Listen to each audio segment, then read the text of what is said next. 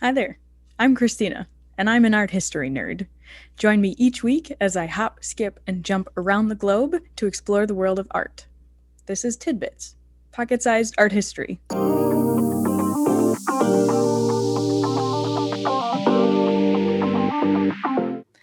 Welcome back to Tidbits.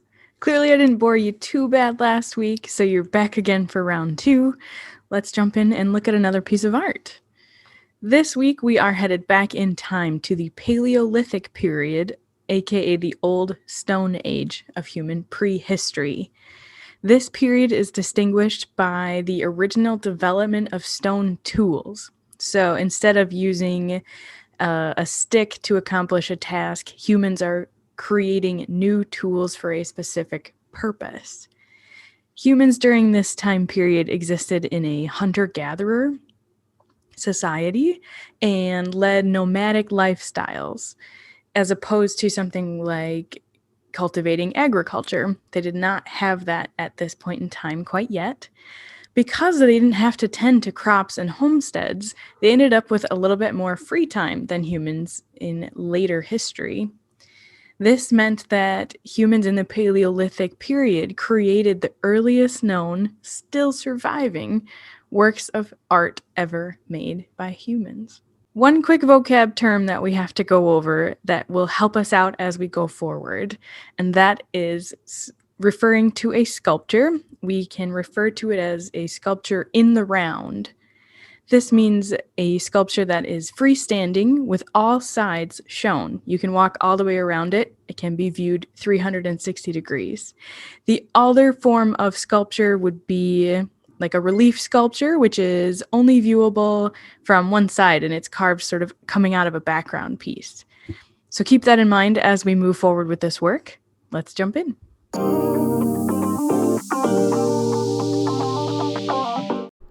This is the Woman of Willendorf, a sculpture uncovered in the early 20th century in what is present-day Austria. It is believed to have been crafted between 30,000 and 25,000 BCE, making it one of the world's oldest known works of art. She stands 4.4 inches tall, or roughly around 11 centimeters, and is viewable in the round. Made of limestone and decoratively tinged with red ochre, the statue depicts a nude female.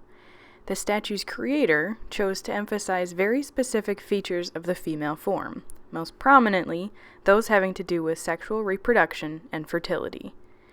Because of the figure's prominent breasts, rounded abdomen, and shapely hips, many researchers over time have concluded that the carving was intended to be a fertility statue, or Venus figurine. While this hypothesis has held water for years, historians, archaeologists, and other experts in the field today still aren't certain about its portrayal, purpose, or even origins, making this sculpture one of the most mysterious in the world.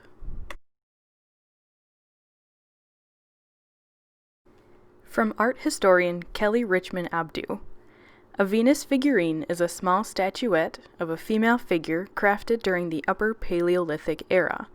While the details surrounding the figurine's origins are murky, most historians believe that they served a ritual purpose and likely celebrated ideas linked to fertility, including femininity, goddesses, and eroticism. Nearly 200 sculptures of this nature have been uncovered across Europe and Asia. While Venus of Willendorf is one such example, it is important to note that she is one piece of many called Venus. In its most general sense, a Venus figurine is a female figurine which has no practical use, is portable, and has the common elements of exaggeration of female sex-linked traits, and the complete lack of lower limbs. Because of the sexually charged nature of these statuettes, Paul Horho, an amateur archaeologist who first discovered such a figurine in 1864, opted to name them after Venus, the goddess of love, beauty, desire, and sex. There are widely varying and speculative interpretations of Venus figurines' use or meaning. They've been seen as religious figures, as an expression of health and fertility, grandmother goddesses, or even as self-depictions by female artists. Paleolithic women would not have mirrors, so it is hypothesized that these figures represent the perspective of looking down at one's own body. These sculptures predate the myth of Venus by nearly 20,000 years.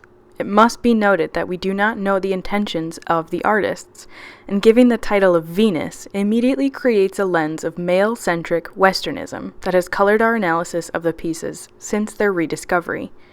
The Western canon of art history often references Greco-Roman mythology, no matter where or when the particular piece was created. Since the original intent of the art is unknown, the heavily criticized term Venus has actually stuck around. This sculpture, the Venus of Willendorf, or the Woman of Willendorf, is partially celebrated for the mystery that still surrounds it.